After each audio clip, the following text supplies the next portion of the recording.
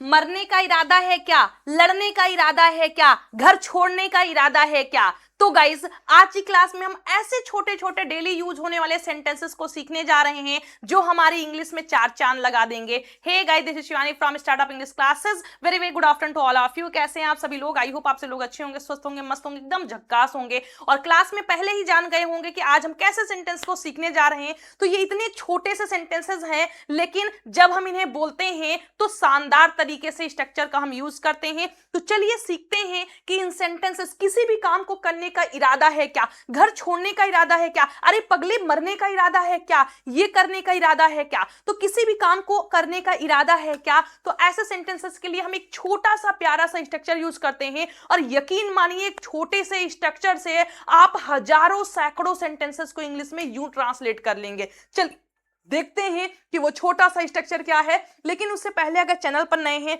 तो please channel को subscribe कर लीजिएगा ताकि हर वीडियोस की नोटिफिकेशन आपको समय से मिलती रहे। लेट्स स्टार्ट, चलिए देखते हैं। तो देखिए इस सेंटेंस के लिए, ऐसे सेंटेंस कोई भी सेंटेंस हो, किसी भी काम को करने का इरादा है क्या, तो आपको लिखना है डू या डज।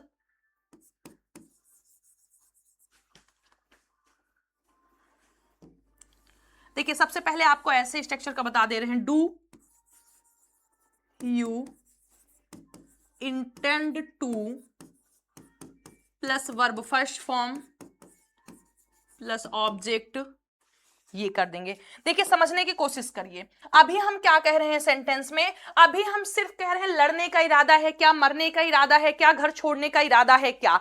लेकिन अगर इसे सेंटेंस में हम किसी सब्जेक्ट को मेंशन कर दें, जैसे तुम्हारा मरने का इरादा है क्या, उसका आने का इरादा है क्या, मेरा एक नया बिजनेस खोलने का इरादा है क्या, कुछ ऐसे यूज कर दें, यानी सब्जेक्ट दे दें। तो स्ट्रक्चर आपको हम दोनों सिखा दे रहे हैं।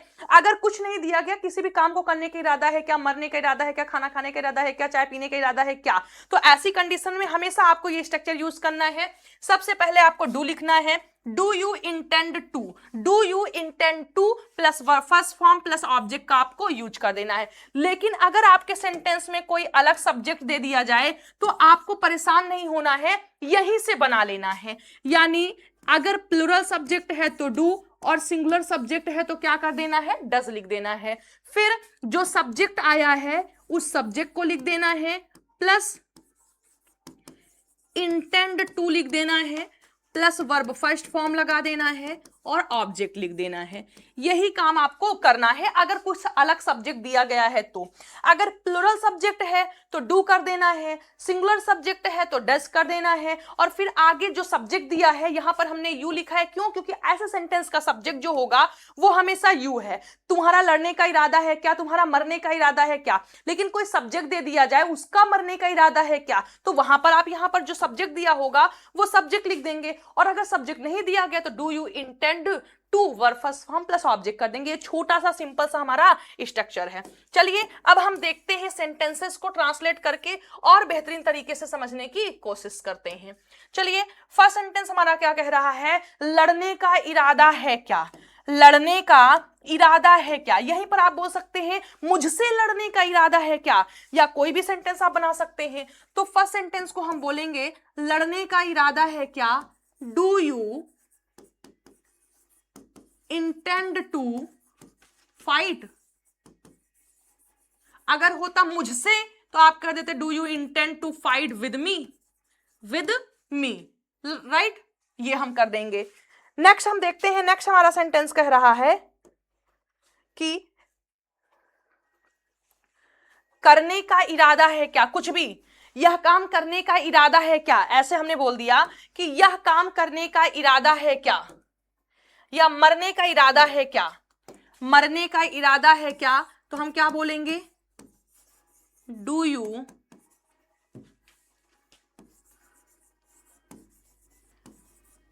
Intend to die. यह काम करने का इरादा है क्या, डू यू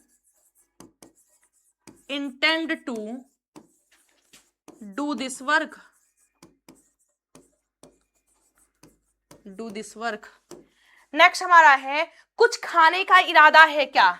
हमसे कोई पूछे कि कुछ खाने का इरादा है क्या, तो आप क्या बोलेंगे, इंग्लिश में do you intend to take something, take something. Next हमारा कह रहा है आराम करने का इरादा है क्या। आराम करने का इरादा है क्या, तो हम बोलेंगे do you intend to take rest, take rest.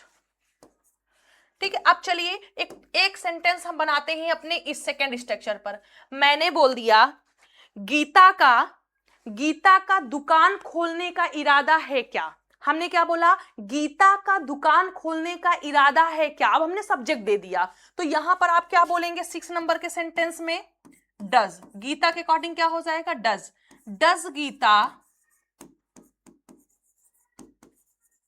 Intend to open a shop.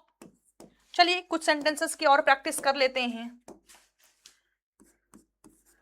उसका जाने का इरादा है क्या, does he intend to go. Next, तुम्हारा कार चलाने का इरादा है क्या, do you intend to drive car. Next, phone चोरी करने का इरादा है क्या तुम्हारा। फोन चोरी करने का इरादा है क्या तुम्हारा, तो बोलेंगे do you intend to steal मेरा फोन, माई फोन। मेरा फोन चोरी करने का इरादा है क्या तुम्हारा। नेक्स्ट, खेलने का इरादा है क्या तुम्हारा, do you intend to play. So I hope आपको बहुत अच्छे से समझ में आ गया होगा, तो आप फटाफट स्क्रीनशॉट ले लीजिए, तो आगे चले हम।